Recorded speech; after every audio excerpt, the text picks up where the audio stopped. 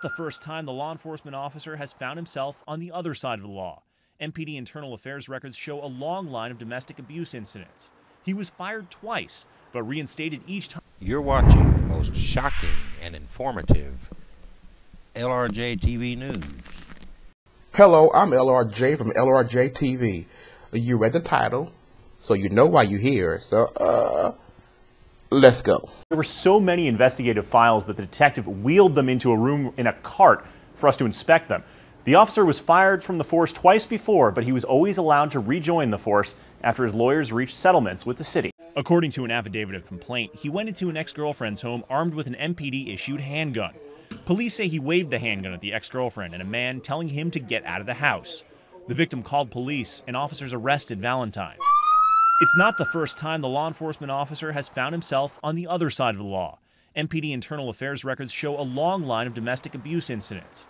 He was fired twice, but reinstated each time after settlements with the city. According to the internal affairs files, police were called on 3 separate occasions between 2004 and 2005. Valentine was involved in arguments with an ex-girlfriend each time. Photos in the case files showed the victim's bruises. In one instance, the victim says Valentine choked and punched her.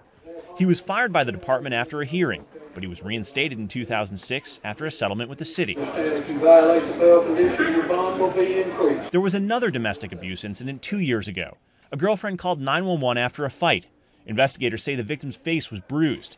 Again, MPD commanders fired Valentine, but he was reinstated later that year after yet another settlement. The officer's MPD personnel files revealed other incidents, including a positive drug test for marijuana and a suspension very early in his career for reckless driving. The files also, though, included 14 letters of commendation. Now it looks like he's going to be off the force for good with this resignation. He had 14 commendations, you know. He's a good cop. I mean, he beats the shit out of women and girlfriends. But he's a good cop. Yes, he's great. He has a lot of internal affair files on him. There were so many investigative files that the detective wheeled them into a room in a cart. But he's a good cop. And this just shows you guys there needs to be some type of system put in place on a federal level to investigate excessive force cases and police misconduct. And what really pisses me off is these police unions and associations, their whole purpose is to force the city to keep these trashy cops on the force. And the cities are so afraid to go against these police unions because, oh, if you go against us, we're going to have a sit down. There's going to be one cop on the streets tomorrow. And people will be getting shot and killed and raped and everything. Some cities have already fired their entire police force and brung in private security. And therefore, the crime has gone down.